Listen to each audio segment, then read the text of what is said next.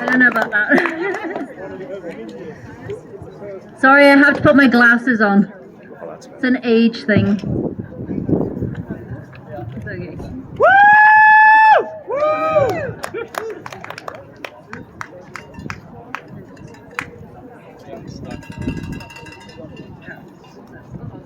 Uh-oh. Well, I'm not going to die of corona, but I might die of not being able to see with my glasses here.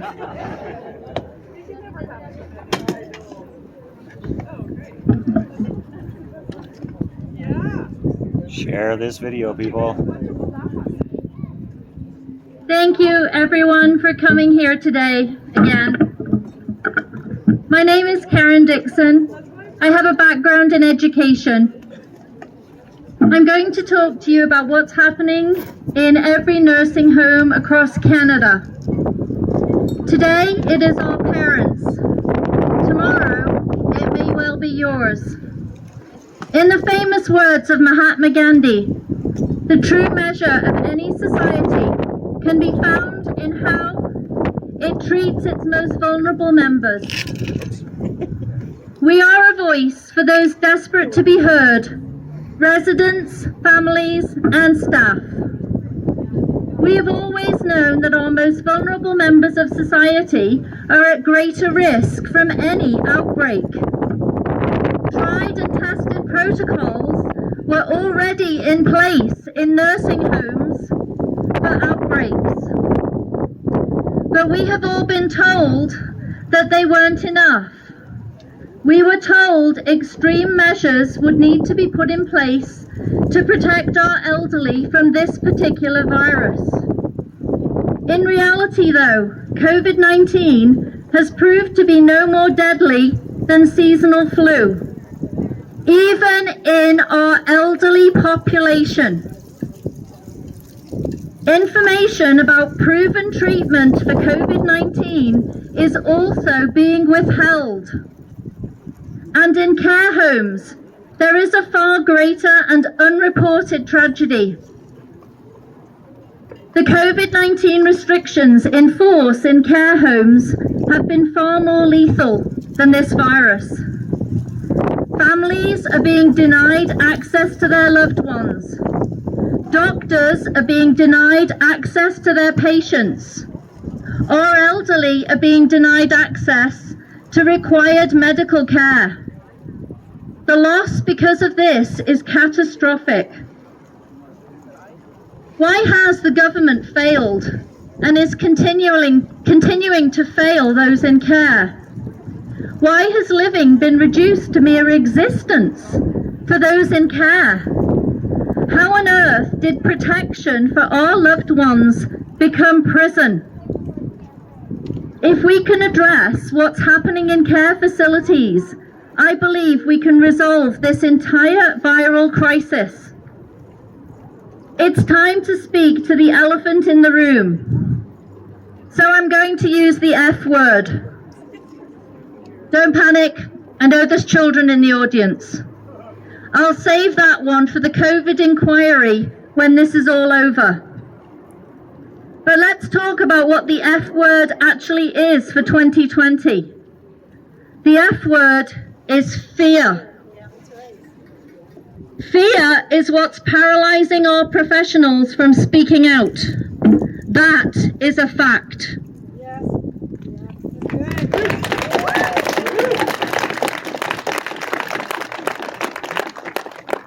David and I have heard from many of them in confidence. But guys, ladies and gentlemen, we're out of time for fright or flight. The fight to truly save those in care is long overdue. Thousands of healthcare professionals across the world are finally going public with the truth.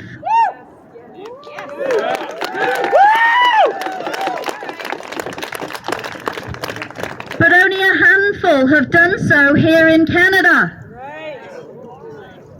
This week in Ottawa, MPP Randy Hillier spoke out to address just this point.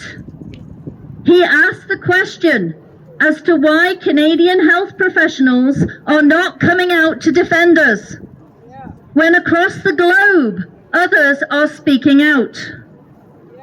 Here is that four-letter word again. Fear. Fear that if they speak out, it may result in an investigation by their regulatory board and their license may be threatened. It is the same fear we are hearing from staff in care homes who know that what is happening is wrong. That same fear is silencing teachers, even though they know what is happening to our children is wrong. But the time for silence is over. Remember, we will all be held to account for our actions and our inaction when this is over.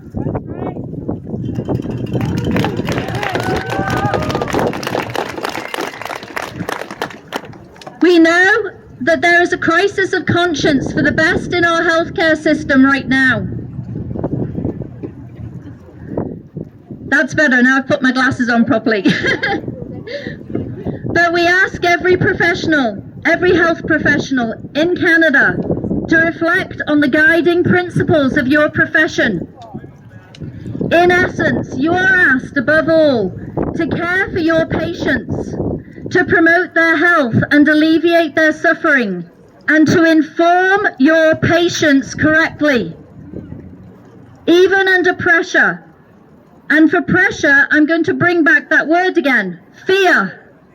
You pledge you will not use any medical knowledge for practices that are against the best interests of humanity. Health professionals have collectively spoken out across the world against what is happening in Germany, the US, the globe. Your peers in Belgium, thank you, someone's just reminded me, have openly stated that the current government measures are forcing them to act against their Hippocratic oath. That is a terrifying reality. We understand that residents and families are also terrified to come forward for fear of repercussions. But many families are now taking to social media with graphic videos and photographs of their loved ones' physical and mental deterioration. One lady in care has begged her daughter for euthanasia rather than live life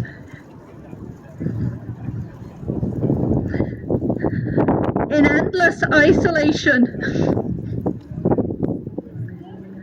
What we are about to tell you next comes from first-hand experience. Those in care are actually calling out in desperation, help me please, and I am in fear. These pleas are now frighteningly commonplace. As family members, we have actually been instructed by senior management not to communicate with other residents or families. Why is all communication and avenues of support being actively discouraged? This has never happened before. David and I promise you all, here and now, we have not and will never ignore a cry for help. It is why we are here today.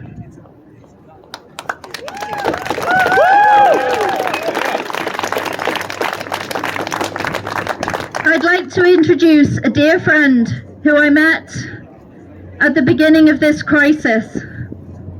Her name is Mary, and she has a story to tell.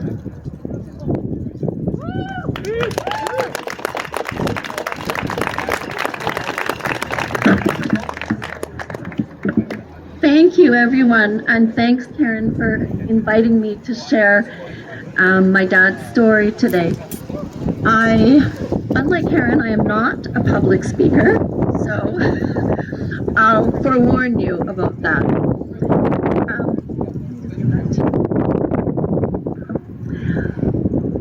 The reason I am so glad to be here is it's the most tangible way that I can continue my dad's legacy. To be honest, it's pretty much too late for him. He won't be with us much longer, but he's suffered a great deal, and his suffering was almost entirely preventable. My dad is the most intelligent person I've ever known in my life.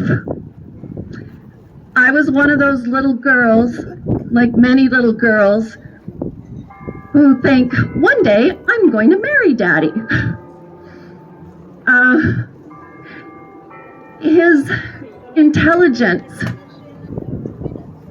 is only exceeded by his warmth, his compassion, and his lifelong pursuit of the truth. On June 22nd, my mom and I kissed my dad goodbye in a foyer of one of Edmonton's nursing homes.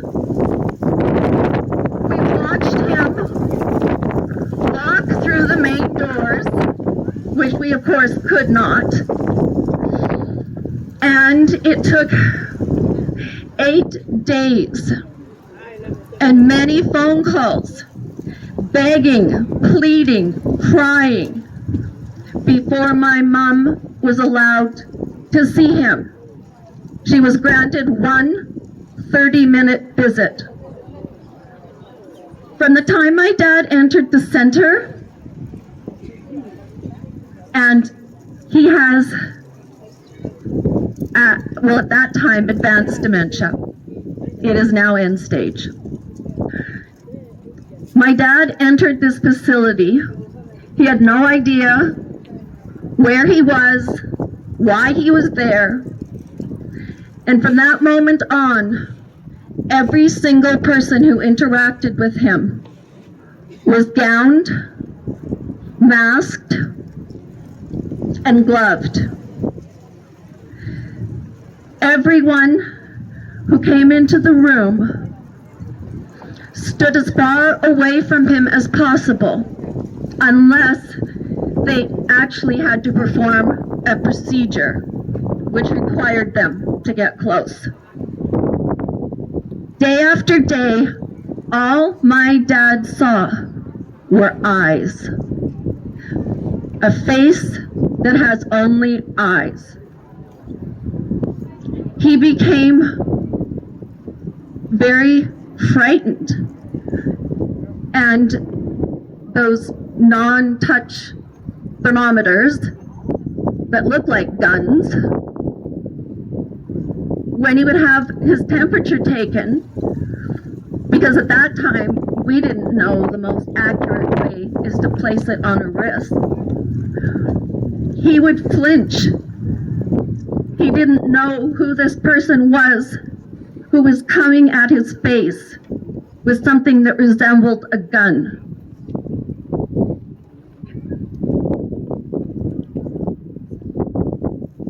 Sorry.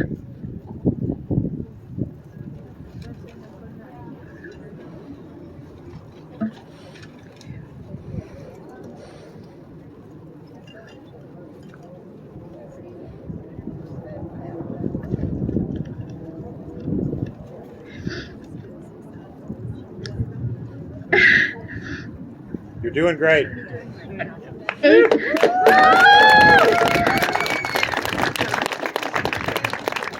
89 days have now passed, and the man that I will be seeing in about an hour no longer resembles my dad.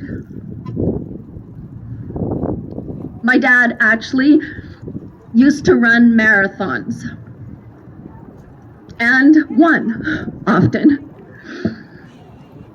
He is now this frail little old man, slumped over to one side in a wheelchair because of a spinal condition.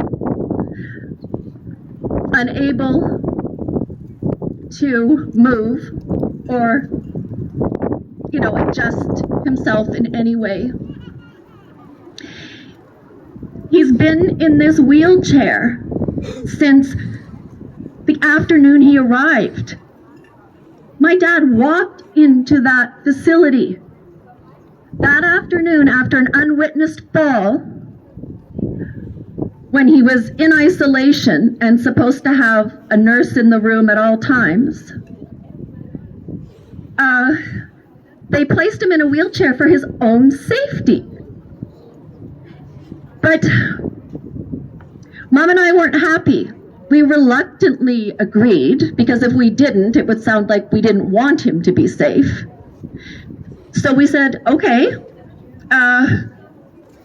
but tomorrow we want that wheelchair taken away. 89 days later, it has never been taken away. They have not used the walker my mom brought in. They have not tried in any way to get this former marathon runner to walk. We have spoken to every single healthcare provider who has been in contact with him. We've spoken to unit managers. We've done everything that we can. In the morning, each and every morning, they change him and then they use a hydraulic lift to move him from the bed to the wheelchair, where he spends 8 hours a day.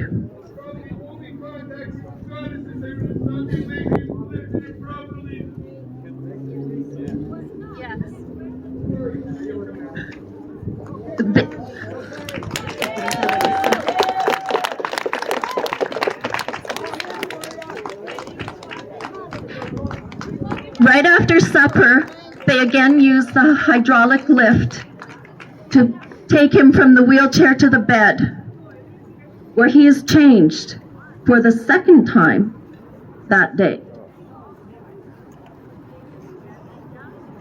These rules and regulations do not make sense. I have worked within the healthcare system for 18 years. Mind, it was a much happier side. It was labor and delivery. I've always said I will follow any rule that makes sense. When it stops making sense, I stop following it.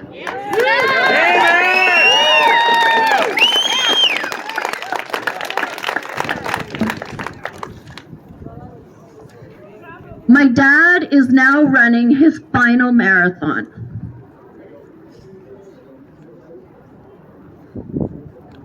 We're with him. He's not going to run it alone. And I do this, I'm here today for him and for every single person who has someone they love in a care home.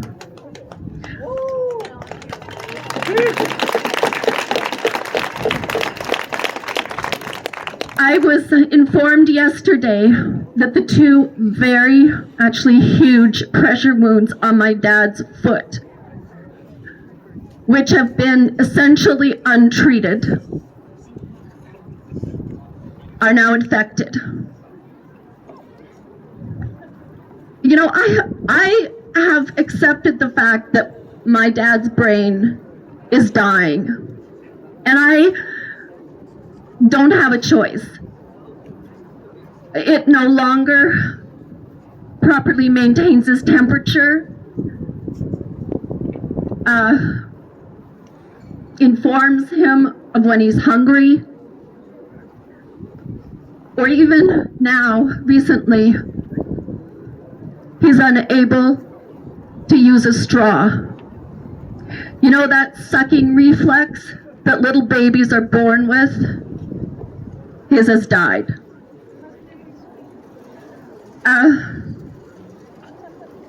I have no choice over that. But I do have a choice in his care and his treatment. And you have a choice in your loved one's care and treatment. You need to start listening to that. 100%. Choose your own treatment if nobody wants to listen to you. Before you get to that point, you have a right. Young lady, can I hug you?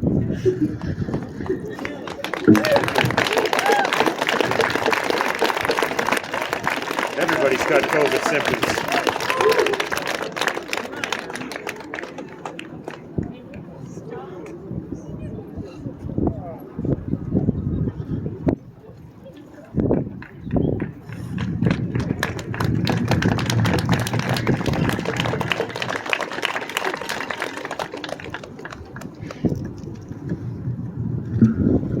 $1,200 fine. If a single word that I have said to you today resonates in any small way, I implore you to act. Act now, today, this minute. If you have someone in a care home, go and see them. Check up on them. Ask to read the chart. Make sure that you know what is going on. And even more so, that you have agreed to it. We have not received a single phone call in 3 months informing us of anything. In fact, one day I went to the nursing home for one of their outside visits, and my dad didn't show up. And I asked a staff member where my dad was, and he said, "Oh, he's going to be late. He's having an x-ray." And I said, "An x-ray of what?" I was worried that perhaps he'd fallen. And the staff member said, "I don't know. I'll go find out." 15 minutes later, he came back and said, "Of his lungs." And I said, "Well, is something wrong? Like, now I'm thinking pneumonia." And the man said, "No, you're having a meeting with the doctor on Tuesday. It's just routine." No, chest x-rays are not routine. You can get away with basic blood tests and maybe a urinalysis. That's routine. Chest x-rays are not. So when I finally got to the bottom of it, they were doing it just to be sure. Like they have COVID tested him 3 times. Despite our express wishes that he not be tested, that if he became symptomatic, you are to call me. And I will tell you if you are allowed to test him. On June 22nd, my dad became the property of Alberta Health Services. Disgusting. He was no longer ours. He was theirs. We felt that in a very real sense, and we feel it today. And I am determined, because there's relatively little left that I can do for him. But in his honor, in pursuit of the truth, when the death certificate is filled out and they ask for cause of death, I will be writing on it COVID-19 policies. Thank you. Thank you.